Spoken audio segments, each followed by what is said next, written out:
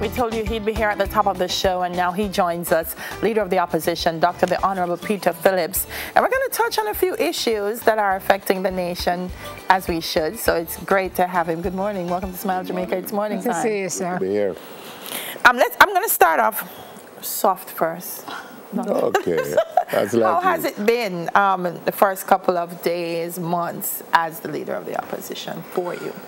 Well, you know, I keep saying to friends that no matter how close you are to the job of leading a party, or the PNP in this instance, actually doing the job is a different experience that you have to learn. Being the final center of decision making, having to learn the balancing, getting to earn once again the trust of everyone, so that you can say things like you can say, well, we're going to be even in the exercise of our responsibilities, no discrimination, but you have to perform so people actually believe you. Yeah. So it has been a learning process overall, but it has been good, and I think we have made some substantial progress. Use the word people, use the word people, which was key to the message that you presented at the annual conference last week. Talk to me about that focus on people. You were saying, you know, put the people first. Power, yes, but people first. Yes, you know, I think I came up as a generation, as part of the generation that had a tremendous belief in Jamaica's independence and in the possibilities of progress for ordinary people. And we have made progress as a country. But the truth is, the generation that is here now and the generation coming, the young people, look at the experience and say that there's a lot that hasn't been done. There's a lot that needs to be done. And I think too many people feel left behind. And that is the conversation that I think we want to have. Not just so much the celebration of what has been achieved, although there is cause for a positive response to what has been achieved. We have sustained the democracy, we have expanded social opportunities as a country. But let's look at the fact that we are still leaving about 50% of each school-leaving class without adequate qualifications, either for the world of work or for the world of further study. That we have about 1 in 4 of our population that live in so-called squatter communities, struggling on the edge of survival on some hillsides or gully banks, and with no certainty as to whether tomorrow or the day after somebody is going to come and tell them to move, with inadequate housing, and the fact that we have about 31%, 1 in 3 of our young people between 18 and 30, 31, unemployed, hopeless, and all of the sense of inequality that people have in relation to the court system, the criminal justice system, just how people feel that they're treated in public offices, tax office or NHT office or land office. I'm not singling out any particular agency, but we have too many people who feel that we could have done better, and we could have done better, and we should do better, and we will only do better if we identify goals for ourselves as a country and set out to achieve them. Can I ask you then, why haven't we done better? Because all the issues that you have raised are and have been systemic among successive administrations. And I heard you mention the word trust just now in the same sentence with people. Delia has kind of broken up the people part, and I want to look a bit at the trust factor. We had Dr. Shane Alexis here yesterday, who's running for South East St. Mary's seat. And he was talking about the kind of villain that people who run for office are made out to be, even before they get a chance to make a contribution, because people just do not trust, in the main, politicians. Is this something that's been earned? Is there justification? And all these people that you speak about, gully banks and so on and so forth, is that not because of... Yes, I think we have to frankly acknowledge the failings of the political process, the failings of political parties, including the PNP over the years. We have to acknowledge also just errors of policy that were made along the way, and oftentimes you make them with good intention, but the recovery is a long, painstaking process. I mean, just a concrete example, we ran up a huge debt over the last 40 years, you know, public debt, and till we reached the point where the rest of the world financial system was just not prepared to deal with Jamaica. Now, recovering from that, which we have been trying to do for some time now, takes effort, takes time, and is not easily understood, because people, while you are trying to do it, there are still demands day to day. So trust gets lost and people stop believing. But to come directly to your question, why? Policy errors, yes. But to my mind, what has set us back as a country has been almost an inability of the political system to come together to achieve fundamental national objectives. Put another way, excessive political division, political tribalism that has stymied our efforts to confront the fundamental issues of education, you know, crime fighting, and all of these things. And over the years, in a sense, the only two sets of issues that I have seen, if you look at the history, that we agreed as two parties was, first of all, to search for independence. I mean, Manley and Bustamante went to Britain together and signed up for the Independence Constitution. And then, on the verge of a civil war, almost towards the end of the 70s, you had an agreement to reform the electoral system and set up what is now the Electoral Commission.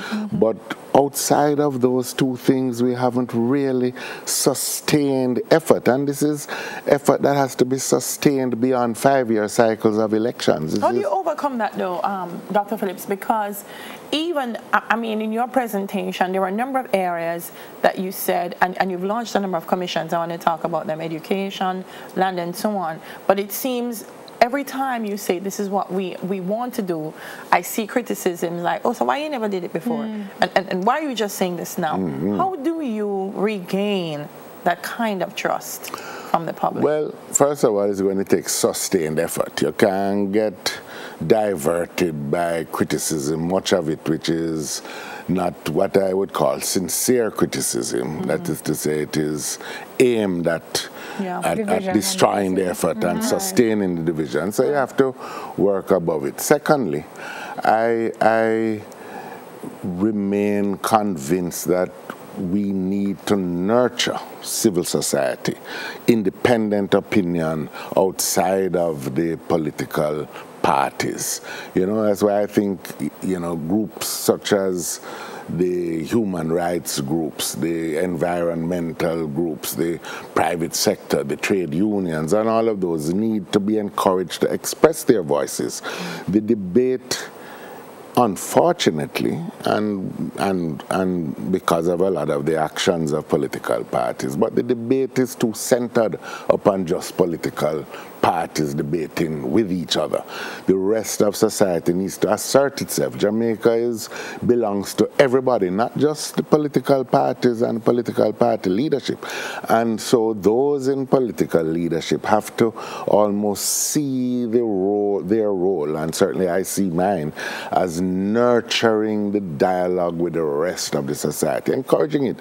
They won't always jump up and say hip hip hooray for you, but you have to encourage it, because it is only when proper standards of governance and proper policies get established in the consciousness of all the people that political parties will respond to this. Now, why haven't we done it before? as a part and of the question. And how do we trust that you can do it moving forward? Because if you've been a part of the system for so long, and you can sit and tell us honestly that political tribalism is the reason a lot of things have not been able to get done, how do we get past it?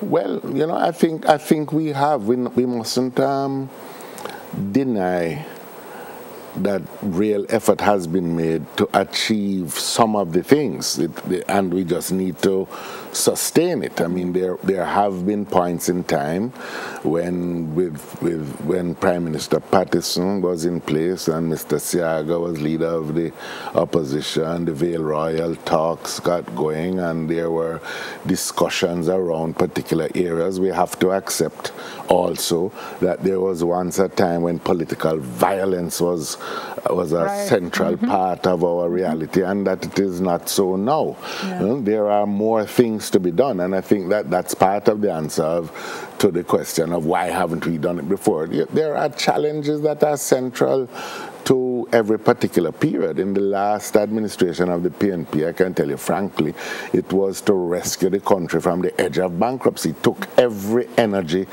Again, we sought then to mobilize the rest of the society.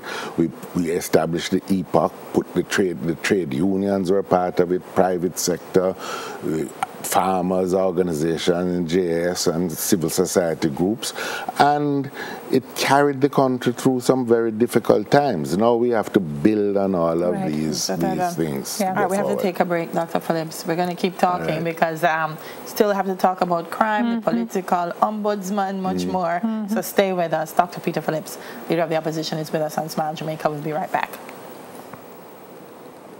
You never got any tea?